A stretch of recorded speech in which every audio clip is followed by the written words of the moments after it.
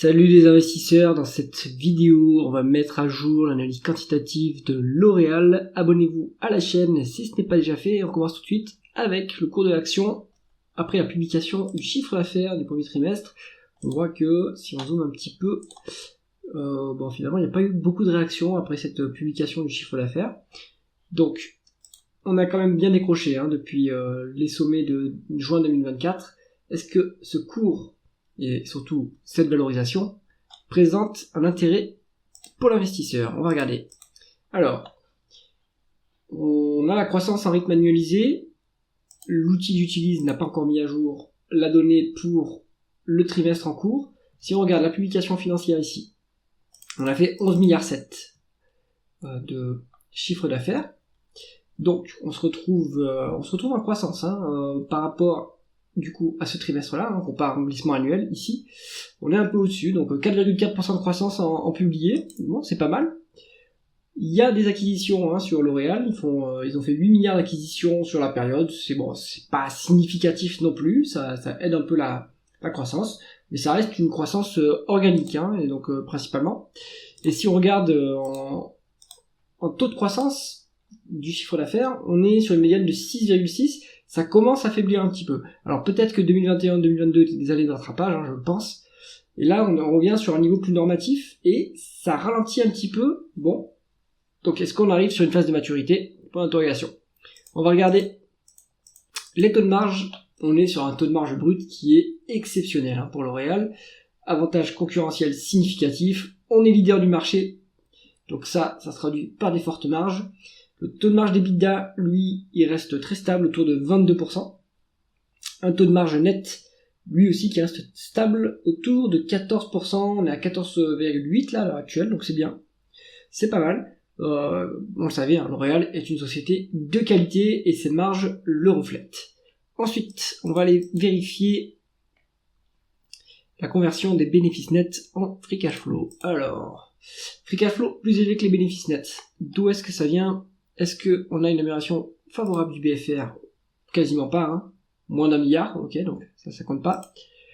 Est-ce qu'on a des dépenses en capital moins élevées que les dépréciations et amortissements? Non, c'est le contraire. Donc on continue d'investir dans l'appareil productif, ça c'est bien pour la croissance future. Et est-ce qu'on a des other non-cash items, des dépenses non cash, 11 milliards 9. Donc vous retrouvez absolument votre différence ici. Et qu'est-ce qu'il y a là-dedans? Pour l'interrogation, ça se retrouve dans les tableaux de flux de trésorerie. Donc ça va être des dépréciations exceptionnelles, des provisions, etc. Donc il faut aller voir de quoi il s'agit. Pour valoriser l'entreprise, on pourra utiliser plutôt les free cash flow. S'il n'y a pas de dette, ça représente mieux ce qu'elle gagne réellement. Ensuite, on va aller regarder le rendement des capitaux investis. On est sur une médiane de 13,5. C'est plutôt bien comme rentabilité opérationnelle. À fin 2024, on est à 16%. Donc ça, c'est très bien. On a la capacité de s'autofinancer et donc de générer en plus des excédents de cash, puisqu'on est supérieur à la croissance. Croissance en médiane maintenant elle est à 6,6. Donc ça fait du cash qui va servir à rembourser la dette et à rémunérer les actionnaires. On va regarder l'endettement. On est sur une dette nette qui est maintenant à moins de la moitié de l'EBITDA. Donc on se désendette assez rapidement et ça c'est très bien. On pourra même, à mon avis, négliger la dette pour la valorisation. Maintenant, la rémunération de l'actionnaire. On a un rendement d'actionnaire qui est à 2,2%. 3,6 milliards de dividendes. Ça représente un peu plus que la moitié des free cash flow, mais guère plus. Donc ce niveau, il est soutenable. À mon avis, on va pas forcément augmenter en termes de rendement du dividende. En tout cas, pas tant que les free cash flow ne remontent pas significativement.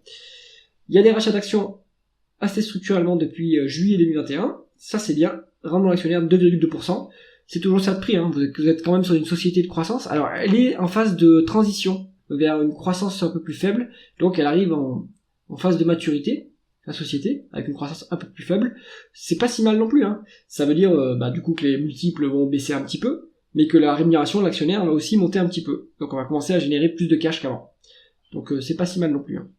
Ensuite, la valorisation. Bon, on va regarder les deux types de valorisation. On va regarder en prenant en compte la dette. On a une valeur d'entreprise sur EBITDA à 20,8 en médiane. À l'heure actuelle, on a 18,5. Là, vous avez à la louche 10% de décote. C'est toujours ça de prix. pour une action qui est en général assez chèrement valorisée, qui est proche de sa médiane. Et si on regarde un price to free cash flow, bah là c'est pareil, voire un peu plus de décote. Vous avez les 15-20% de décote en termes de prix sur free cash flow. Dans l'absolu, ça reste quand même un niveau qui est assez élevé, 27,5. Bon, ça vous fait un rendement des free cash flow qui est pas extraordinaire. Vous êtes à 3,5 de rendement des free cash flow. Bon, mais c'est normal, il y a de la croissance. Donc il faut regarder, chose que je ne fais jamais, les prévisions des analystes. Alors on l'a pas sur les price to free cash flow ici. Est-ce qu'on l'a ici sur les EBITDA? Oui, on l'a. Et donc sur les 12 prochains mois, on serait à 17,3. Donc on a aussi une décote. Conclusion du dossier L'Oréal. Eh bien, moi je pense que si vous êtes intéressé, en tout cas si vous pouvez mettre l'action en watchlist pour l'analyser, et ça pourrait rentrer dans un portefeuille à ce niveau-là, si vous avez fait toutes vos recherches de votre côté et vos vérifications. J'espère que cette analyse vous intéresse. Si c'est le cas, mettez un pouce vers le haut et pensez à vous abonner à la chaîne. À bientôt.